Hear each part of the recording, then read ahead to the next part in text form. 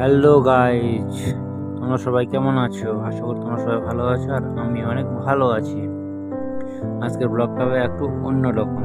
আজকের ব্লগটা হবে আমাদের জমিতে হলুদ পরিষ্কার নিয়ে। দেখতেই পাচ্ছ গাইজ, হলুদ বাড়িতে কীরকম ঘাস, প্রচুর পরিমাণে ঘাস হয়েছে। এগুলোকে সাফ করতে হবে, সাফ করে আবার বদলিয়ে আবার মাটি দিতে হবে। প্রচুর কাজ রয়েছে, তাই বাবা আমি দুটো কোদাল নিয়ে লাগিয়ে পড়ে রাখলাম। পুরো সাফ করতে হবে, সাফ করে আবার বাড়িতে যেতে হবে। তাই ওর ফাঁকে ফাঁকে আমি একটু ভিডিও শ্যুট করে নিলাম। বাবা দেখছি ছাগল নিয়ে আসছে এদিকে,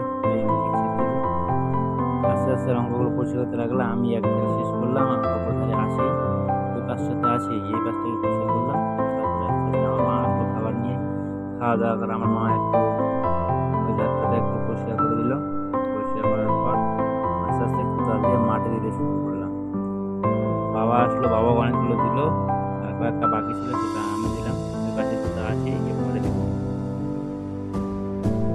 তো মা মাই হয়, দেখো কাজ দেখে মা থাকতে পারে না। সবসময় যেখানে কাজ করি সেখানে আস্তে আস্তে কাজ করতে চলে যাই। কারণ আমি ওই ফাঁকে থেকে একটু শুট করলাম। ক্যামেরা ধরে তো কোনো লোক নাই, তো কারোর কাছে এবারে মোবাইল আমি শুট করছি। লোক দেখলেও হাসবে, কারোর কাছে এবারে মোবাইল লেগেছে আর ওদিকে আমি ঘোরাফেরা করছি। ওদিকে কোদালটা রাখা আছে আর আমি ক্যামেরাটা রাখলাম কারোর কাছে ঘোরায়। আমি সেখানে গিয়ে বদলাচ্ছি। পাগলের মতো কিছু মনে করবে না গাইজ, বাইরের কাজ কীভাবে করতেই হবে। Finally complete. দুটো আছে, দুটো সিরিজ দিতে পারলে কাজ কমপ্লিট। আর এই কাজটা একটু আছে, কমপ্লিট হয়ে যাবে। তারপরে বাড়ি যাবো, বাড়ি গিয়ে আবার বিরাম করতে হবে।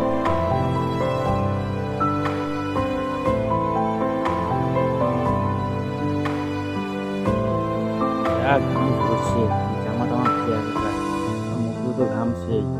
ঘেমে টেমে গামছা কোমরে বেঁধে আবার লিখে পড়ে রাখলাম। শেষ করতেই হবে যেই করে হোক, দুপুরের মধ্যে শেষ করে বাড়িতে আসতে হবে। একটা কাজ কভার করা যাবে, একবার শেষ করে আসতে হবে, তাই জোরে কষে রোদের মধ্যেই দিয়ে দিলাম। কৃষিকাজ করলে খাটতেই হবে, এটা দেখে ভয় করলে চলবে কি? কোনো কিছু করা চলবে না, কাজ করতেই হবে। রোদ হোক আর খরা হোক আর বর্ষা হোক, কাজ তো করতেই হবে। কাজ ছাড়া কি আছে? যাই কিছু যাও, কাজ তো করতেই হবে। খেতে গেলেও কাজ করতেই হবে, কোনো উপায় নাই। লাস্ট পর্যন্ত এটাও কমপ্লিট হলো। কমপ্লিট করার পর ফাইনালি হলদে মাটি দেওয়া কমপ্লিট। কমপ্লিট করার পর আস্তে আস্তে বাড়িতে রওনা হলাম। দেখো ফাইনাল কমপ্লিটটা কীরকম হলো আর প্রথম কীরকম ছিল।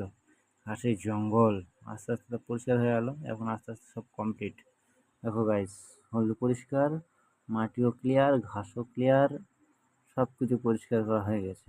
এখন লাস্টে কেমন লাগছে, কি জঙ্গল ছিল এখন সে পরিষ্কার। বাস, আজকের ব্লগটা এটুকুই।